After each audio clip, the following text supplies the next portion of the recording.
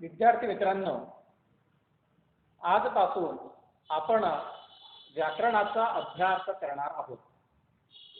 आपल्या पाठ्यपुस्तकातील विभाग क्रमांक 5 मध्ये आपल्याला व्याकरण दिलेला आहे.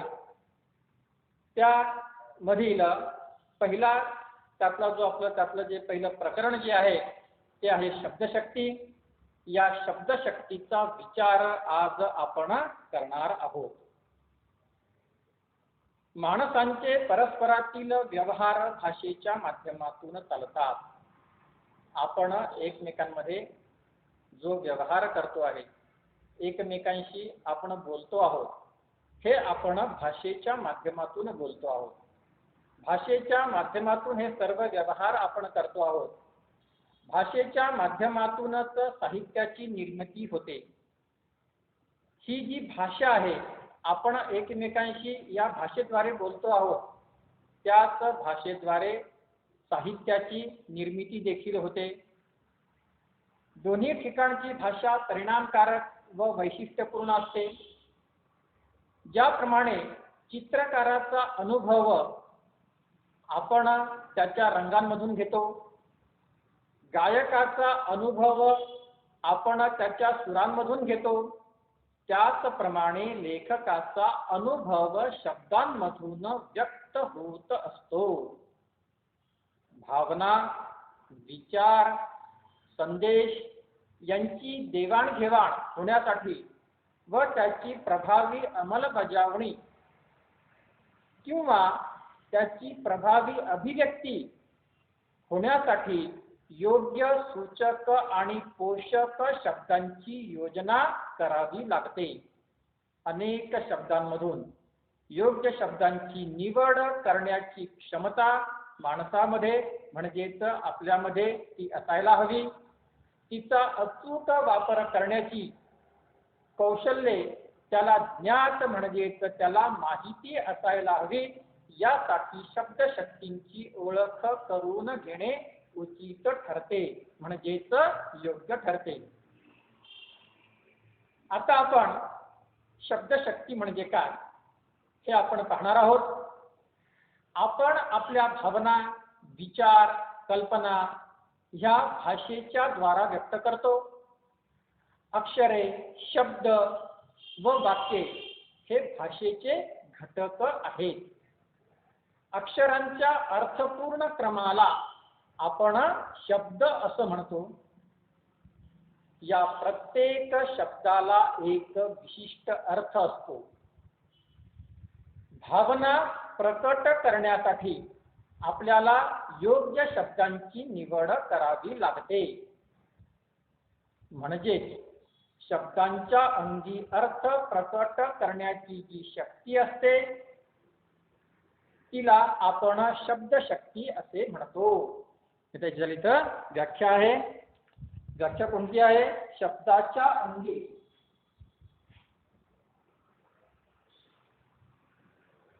व्याख्या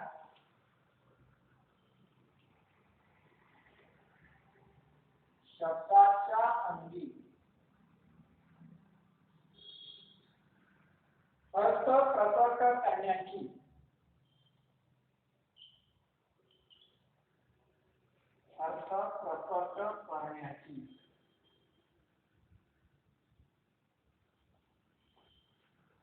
जी शक्ती असते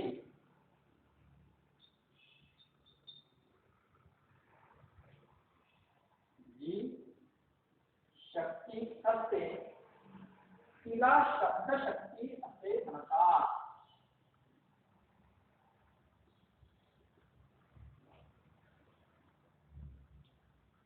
तिला शब्दशक्ती असे म्हणतात.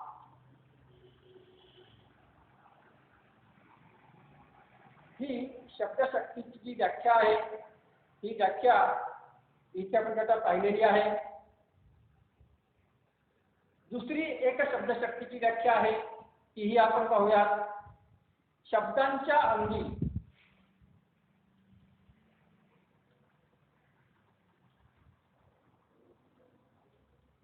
शब्दांच्या अंगी वेगवेगळ्या अर्थछटा असणारे शब्दांच्या अंगी वेगवेगळ्या अर्थछटा असणारे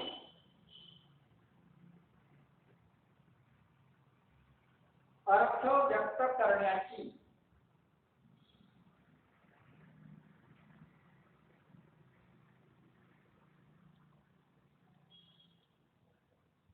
अर्थ व्यक्त करण्याची जी शक्ती असते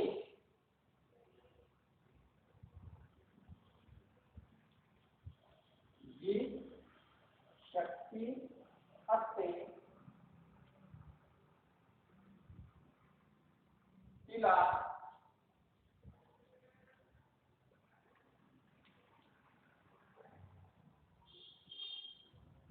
शब्दशक्ती तिला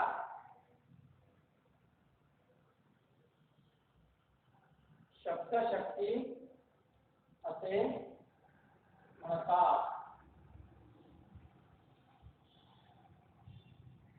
मुलांनो, या दोन्ही व्याख्यानांच्या सारख्याच व्याख्या आहेत. शब्दाच्या अंगी अर्थ प्रकट करण्याची जी शक्ती असते तिला शब्दशक्ती असे म्हणतात, किंवा शब्दांच्या अंगी वेगवेगळ्या अर्थछटा असणारे अर्थ व्यक्त करण्याची जी शक्ती असते तिला शब्दशक्ती असे म्हणतात. शब्दाच्या मूळ अर्थाव्यतिरिक्त वेगळा असा अर्थ संदर्भाने प्रकट करण्याच्या विशिष्ट प्रकारच्या सामर्थ्याला शब्दशक्ती असेही म्हणतात. मुलांनो, ह्या ज्या तीनही व्याख्या आहेत या तीनही व्याख्यांचा अर्थ मात्र इथं हा एकच आहे, परंतु या प्रत्येक व्याख्येमध्ये मात्र फक्त शब्दांचा फेरबदल केलेला आहे. आता आपल्याला शब्दांच्या ज्या शक्ती आहेत त्या पाहायच्या आहेत. तर या शब्दाच्या अंगी 3 प्रकारच्या शक्ती असतात.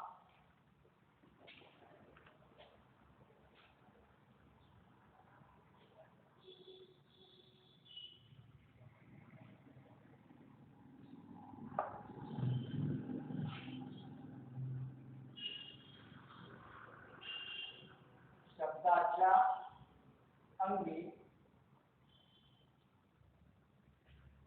3 प्रकारच्या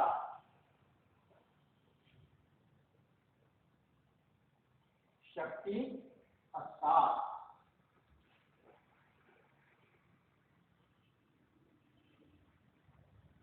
त्यापैकी जी पहिली शक्ती आहे ती आहे अभिधा. नंबर 1, अभिधा नावाची शक्ती ही शब्दाच्या अंगी असते. आता अभिधा हा जो शब्द आहे या अभिधा या शक्तीला आपण यालाच वाच्यार्थ असे म्हणतो. यालाच वाच्यार्थ असे म्हणतो. इथे आता वाच्यार्थ म्हणजे काय? जसा शब्द असेल त्याचा सरळ सरळ तसाच घेतलेला अर्थ, किंवा आपण जो शब्द उच्चारतो तो शब्द उच्चारल्यानंतर त्याचा जो सहज सरळ अर्थ निघतो त्या शब्दाचा वेगळा असा कुठलाही अर्थ निघत नाही. असा निघालेला अर्थ म्हणजेच त्या शब्दामध्ये इथे अभिधा नावाची शक्ती आहे. त्यानंतर दुसरा जो प्रकार आहे तो आहे लक्षणा. तो इथं आहे लक्षण हा दुसरा प्रकार आहे. यालाच लक्षार्थ असे म्हणतात. यालाच लक्षार्थ असे म्हणतात. पुढे तिसरा जो प्रकार आहे तो आहे व्यंजना. तो आहे व्यंजना. यालाच व्यंगार्थ असेही म्हणतात.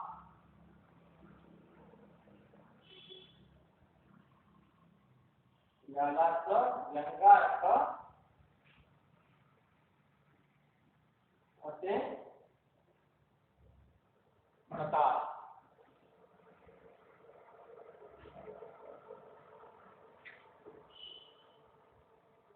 आता आपण ही जी अभिधा शक्ती जी आहे, ही अभिधा शक्ती म्हणजे काय, तर शब्दाचा सरळ व रूढ अर्थ व्यक्त करणाऱ्या शब्दातील शक्तीला अभिधा असे म्हणतात.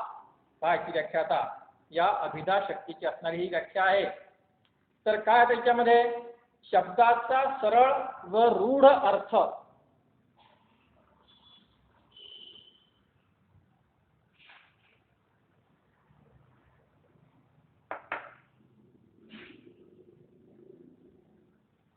शब्दाचा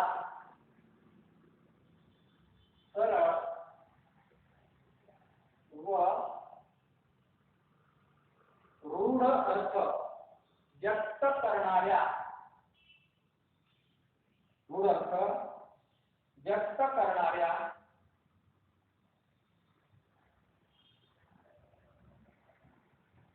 शब्दातील शक्तीला व्यक्त करणाऱ्या शब्दातील शक्तीला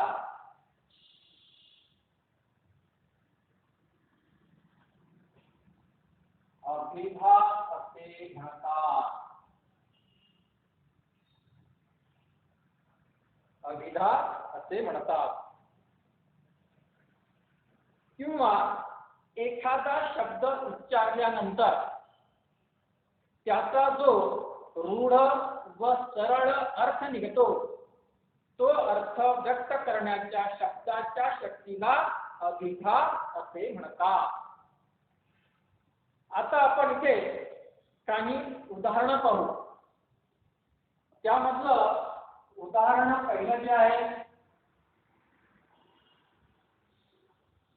ते पहिलं आहे, मी एक लांडगा पाहिला.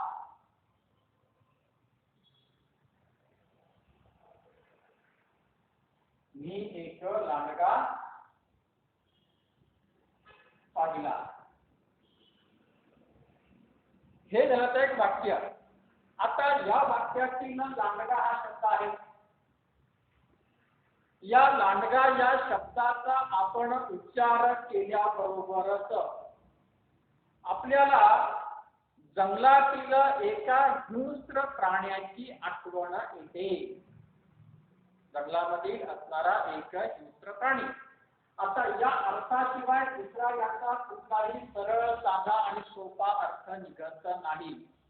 म्हणून हा लांडगा हा जो शब्द आहे या शब्दामध्ये या ठिकाणी अभिधा नावाची शक्ती आहे. उदाहरण दुसरं घेऊ आपण आता. मी एक हत्ती पाहिला.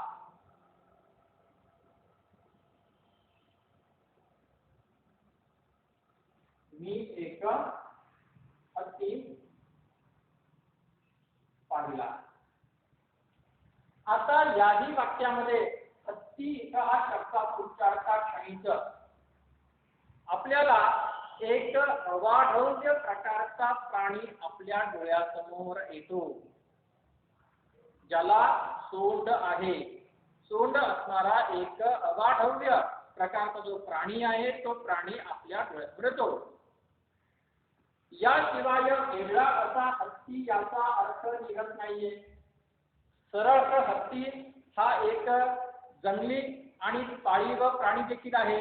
काही ठिकाणी हत्तीला पाळतात आणि हत्ती जंगलामध्येही असतात. तर मग सोंड असलेला एक अवाढव्य प्राणी हाच याचा सरळ असा अर्थ निघतो आहे.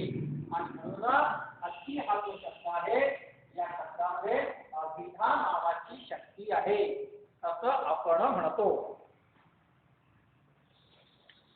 त्यानंतर अजून काही वेगळी उदाहरणं जी आहेत ती आपण पाहू. आमच्याकडे एक अमेरिकन कुत्रा आहे. या वाक्यातील कुत्रा हा शब्द उच्चारल्याबरोबर एक प्रकारचा प्राणी, पाळीव प्राणी आपल्या डोळ्यासमोर येतो आहे. त्यानंतर चौथं आपण उदाहरण पाहू. गुलाबाच्या झाडाला काटे असतात. आता आपण सर्वांनी काटे पाहिलेले आहेत. गुलाबाचं झाडही प्रत्येकानं पाहिलेलं आहे, फुलही पाहिलेलं आहे, त्या झाडाला असणारे काटेही आपण पाहिलेले आहेत. मग गुलाबाच्या झाडाचे काटे म्हटल्याबरोबरच ते पाहिलेले जे काटे आहेत त्या काट्यांचं जे दृश्य आहे, तो शब्दांचा जो अर्थ आहे, तो जो शब्द आहे आणि ते जे काटे आहेत ते काटे आपल्या डोळ्यासमोर येतात. दुसरा या काट्यांचा असा वेगळा कुठलाही अर्थ निघत नाही. सिंह हा नरभक्षक प्राणी आहे. या वाक्यातील सिंह शब्द उच्चारल्याबरोबरच जंगलातील एक हिंस्त्र प्राणी, त्यानंतर आपण त्याला वनराज असं म्हणतो. कदाचित आपण हा प्राणी प्रत्यक्षात पाहिला नसला तरी देखील चित्रामध्ये मात्र आपण हा प्राणी पाहिलेला आहे. त्यामुळे सिंह म्हटल्यानंतर सिंहच आपल्या डोळ्यासमोर, तो दुसरा इतर कुठलाही प्राणी आपल्या डोळ्यासमोर येत नाही. माझ घरात साप निघाला. साप शब्द हा उच्चारल्याबरोबर एक सरपटणारा प्राणी आपल्या डोळ्यासमोर येतो आहे.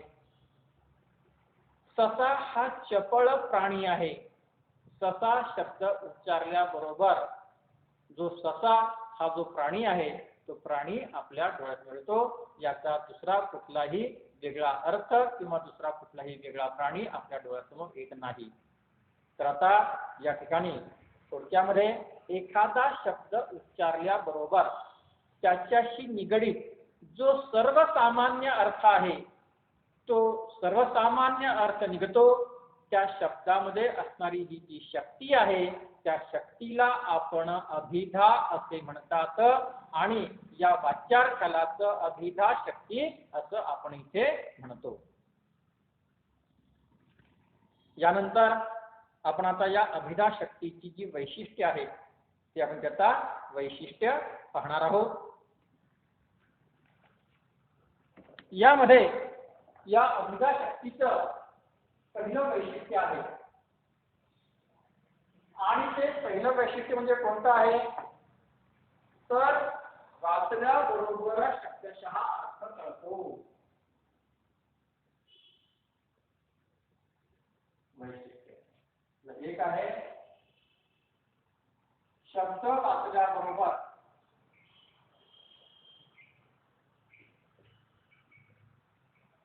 शब्द वाचल्याबरोबर काय तो शब्दशः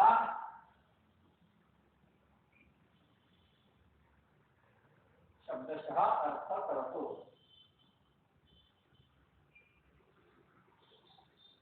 म्हणजेच या शब्दाचा सरळ साधा सहज असा निघणारा तो अर्थ आहे. दुसरं वैशिष्ट्य आहे तोच अर्थ शब्दकोशातही असतो.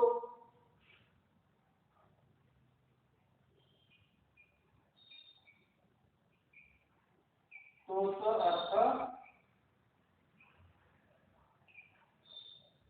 शब्दकोशातही असतो. आणि याचं जे तिसरं वैशिष्ट्य आहे ते म्हणजे शब्दशः अर्थ सूचित होतो.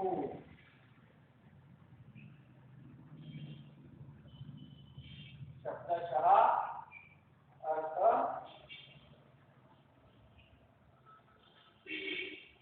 सूचित होतो.